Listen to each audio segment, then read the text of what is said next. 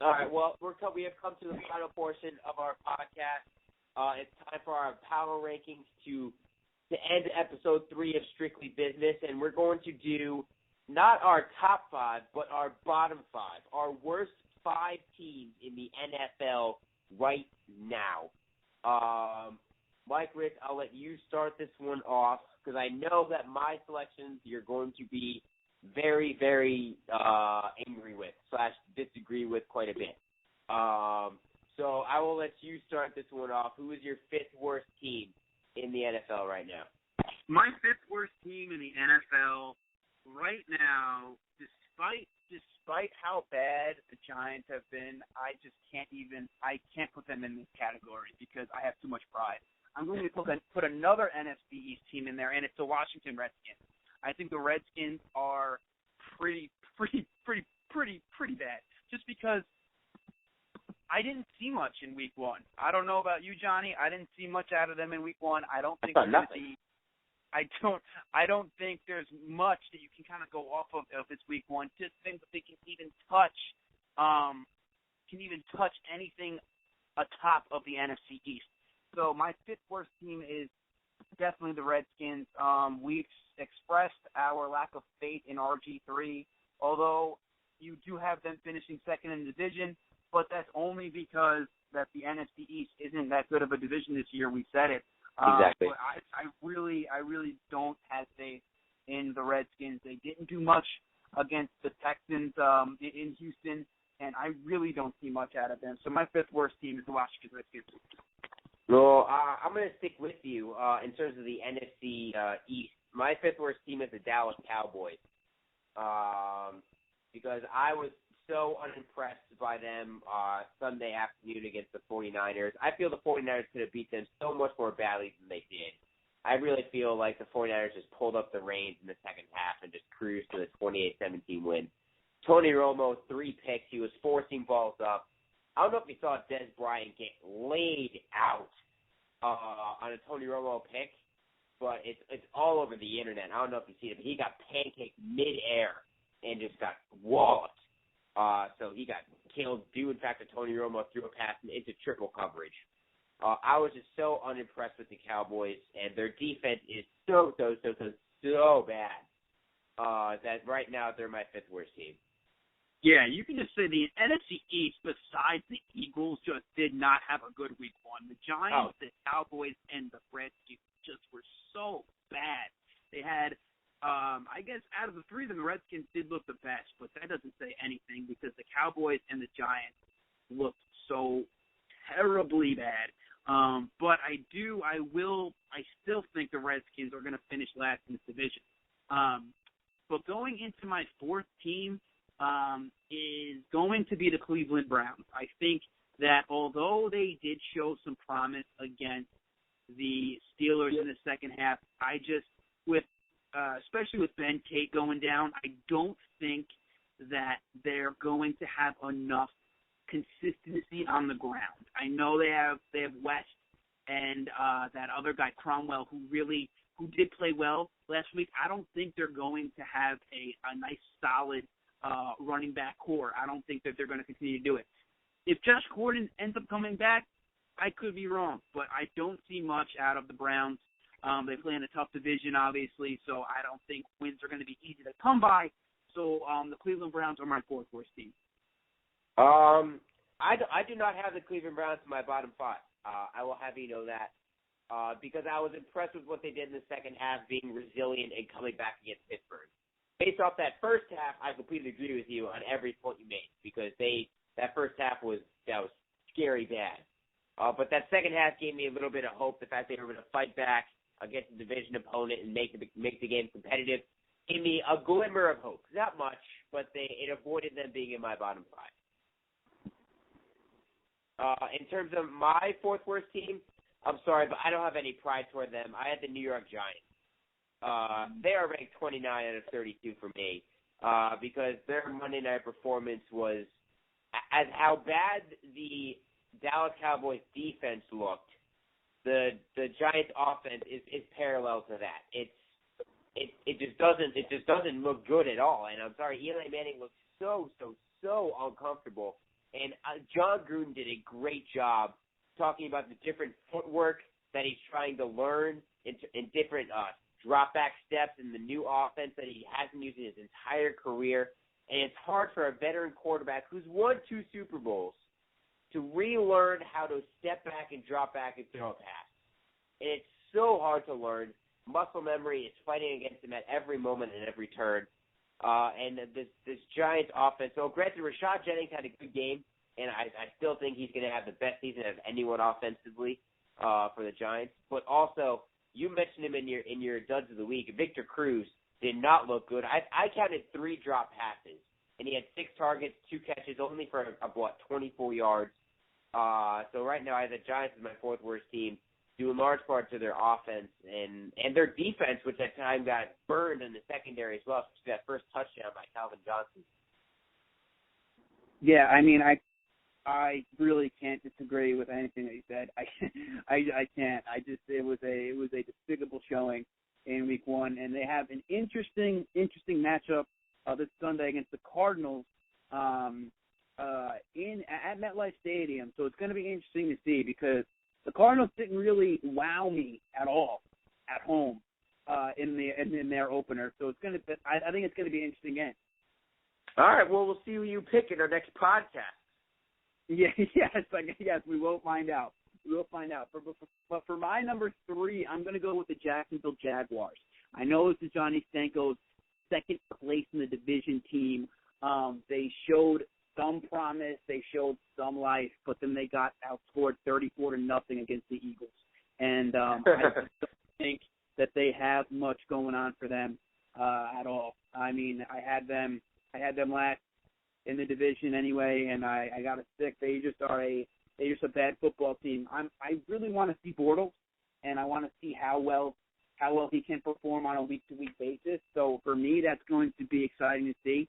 But I mean, as for just their overall, their overall season, I mean, I would be surprised if they won more than 5 games.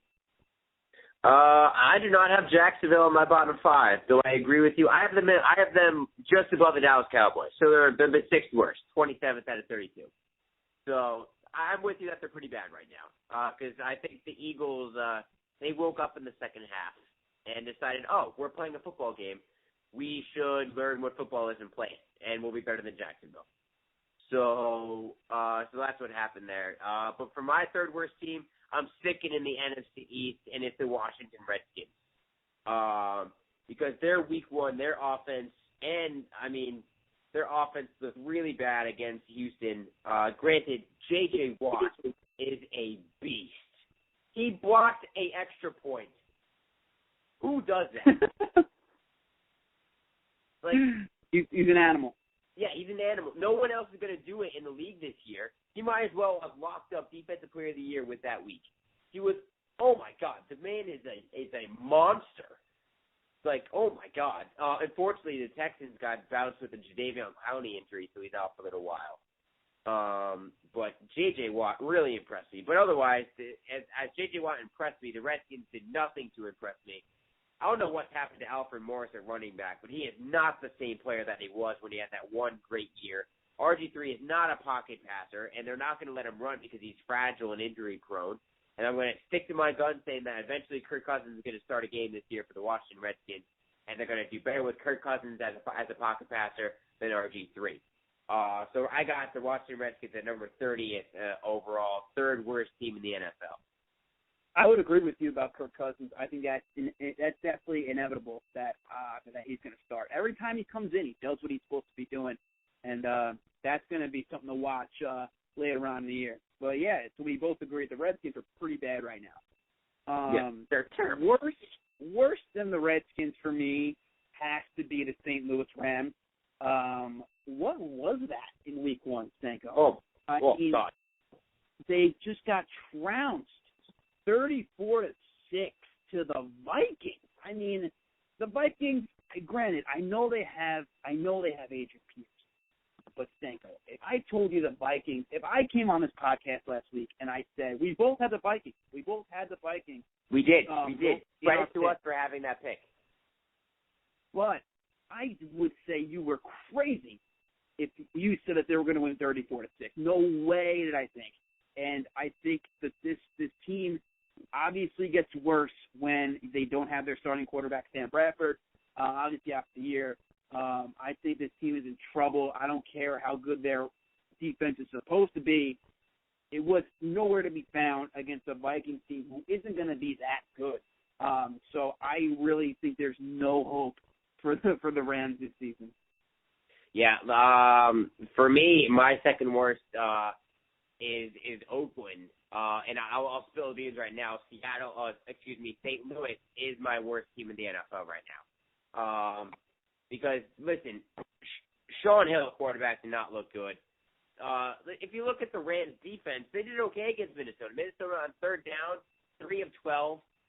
They had almost the same amount of yards, 345 for Minnesota, 318 for St. Louis.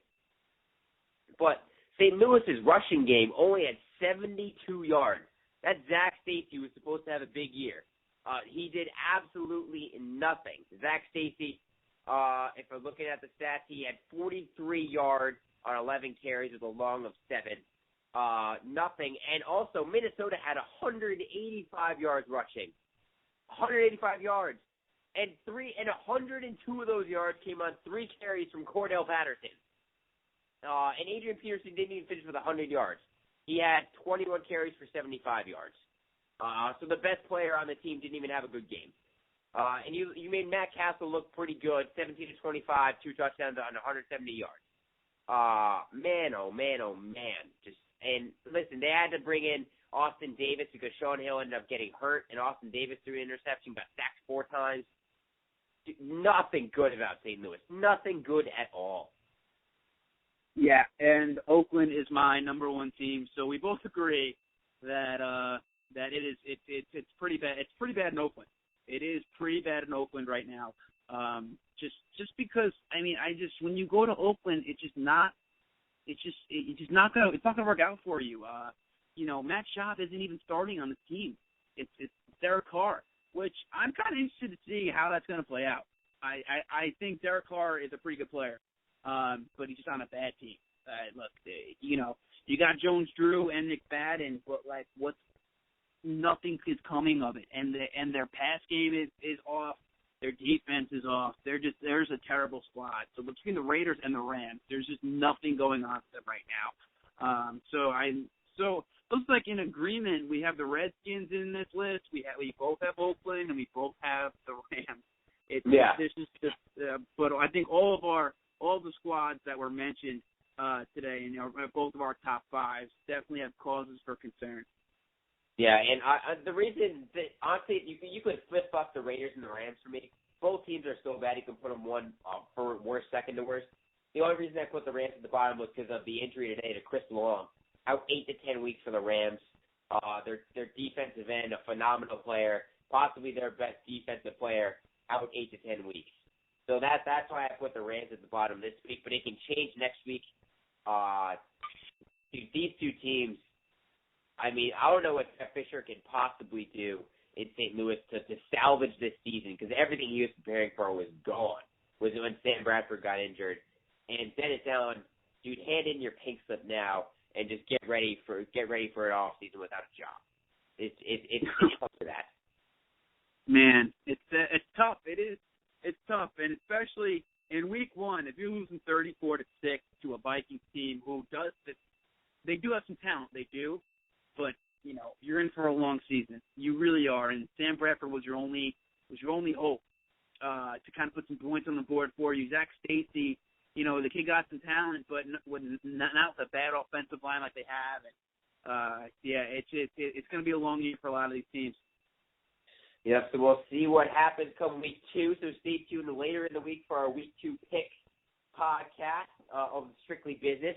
We did pick Thursday night games, so it is on record. We both have picked the Steelers to defeat the Ravens on Thursday night football. Rich, both of us went 10-6 last week, which I think is pretty respectable for week 1 when you don't know which teams are going to perform well, which teams aren't. So I'm pretty happy with our 10-6 record. Oh yeah, I was certainly happy with 10. It really should have been 11. I'm still mad the Chargers losing that game, but I should have known better than to put all my cards on Phillip Rivers. Yes. You should have known better. And listen, just a little bit of a tease of week 2. There are some tough games out there. You got a matchup between two bad teams in Jacksonville and Washington. You got a matchup between your Giants and the Cardinals. You got Atlanta going to Cincinnati.